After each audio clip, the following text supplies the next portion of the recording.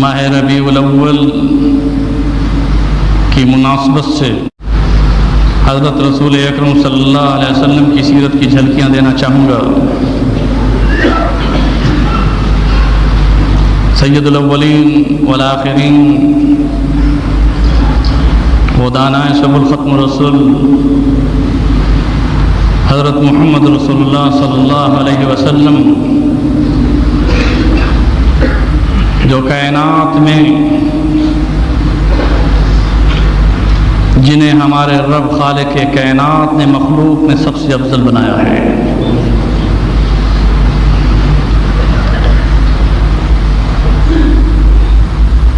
جب حضرت ابراہیم خلیل اللہ کو یہ علم ہوا کہ یہ خانہ کعبہ کی دیواریں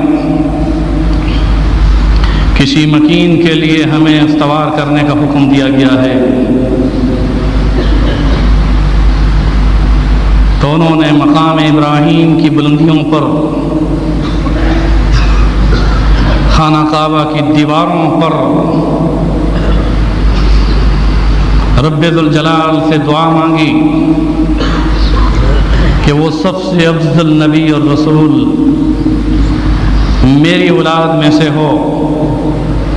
دعا خلیل اللہ نے مانگی، آمین اسماعیل ذبیح اللہ نے کی، اور رب نے یوں منظور فرمائی کہ رسول اکرم صلی اللہ علیہ وسلم نے فرمایا کہ میں دعائے ابراہیم ہوں۔ میرے دوستوں اور بزرگوں، حضرت ابراہیم علیہ السلام کی اولاد میں سے حضرت اسماعیل علیہ السلام کی پشت سے صرف ایک نبی اور رسول جو تمام کائنات میں سب انبیاء کے رسول اور سب سے افضل ہیں محمد رسول اللہ صلی اللہ علیہ وسلم تشریف لائے۔ وگرنہ حضرت ابراہیم کے دو بیٹوں میں ایک بیٹا حضرت اسماعیل جن کی پشت سے رسول اکرم صلی اللہ علیہ وسلم تشریف لائے، اور دوسرا بیٹا جس کا نام حضرت اسحاق علیہ السلام، حضرت اسحاق علیہ السلام کی پشت سے 70,000 انبیاء تشریف لائے، مگر یہ سعادت اسماعیل کو نصیب ہوئی کہ محمد رسول اللہ اسماعیل کی پشت میں سے تشریف لائے۔ میرے دوستوں اور بزرگوں، رسول اکرم صلی اللہ علیہ وسلم نے ارشاد فرمایا کہ اللہ نے اسماعیل میں سے کنانہ کو، کنانہ میں سے قریش کو، قریش میں سے ہاشم کو، اور بنی ہاشم میں سے مجھ کو چنا۔ جبریل امین نے یہ خبر دی کہ شرق و غرب میں نے تلاش کیا کہ کون سب سے افضل قبیلہ رکھتا ہے، تو قبائل میں بھی محمد رسول اللہ سے بڑھ کر افضل قبیلہ ہاشم کو نہیں پایا۔ ہاشم سے بڑھ کر کوئی افضل قبیلہ نہیں پایا۔ بنی ہاشم کو رسول اکرم صلی اللہ علیہ وسلم کی وجہ سے یہ مقام اور رتبہ ملا۔ عبد المطلب جو کہ رسول اکرم صلی اللہ علیہ وسلم کے دادا ہیں، انہوں نے خواب دیکھا، آپ کی ولادت سے قبل خواب دیکھا کہ ان کی پشت میں سے ایک زنجیر چاندی کی ہے جو نکلی ہے، جو فضاؤں میں بلند ہوتی چلی گئی، آسمانوں تک اس کا سلسلہ پہنچ گیا، پھر شرق اور غرب میں وہ پھیل گئی، اس میں سے روشنی پھوٹ رہی ہے، پھر اس زنجیر سے بعض جڑتے ہیں تو وہ فلاح پا جا رہے ہیں، یعنی اطمینان کے ساتھ ہیں، بعض اس زنجیر سے کٹ کر گر جاتے ہیں، پھر وہ زنجیر ایک خوبصورت درخت کی شکل میں آ جاتی ہے جس کے ہر پتے سے روشنی اور نور نکل رہا ہوتا ہے۔ جب بیداری ہوئی، انہوں نے اس زمانے کے، اس وقت کے جو تعبیر دیا کرتے تھے ان سے پوچھا کہ میں نے یہ خواب دیکھا ہے، تو تعبیر دینے والوں نے یہ کہا عبد المطلب تیرے خاندان میں ایک بچہ پیدا ہونے والا ہے، اور اسے وہ نور عطا ہوگا جو اس سے جڑ جائے گا وہ جنت میں پہنچ جائے گا۔ نعرہ تکبیر! میرے دوستوں اور بزرگوں، یہی وجہ تھی کہ بلال جڑے تو ان کی جوتوں کی آہٹ بھی جنت میں رسول اللہ نے اپنے کانوں میں سنی۔ رسول اللہ کی جوتیوں میں بیٹھنے والوں کو یہ شرف حاصل ہے کہ کائنات ارض میں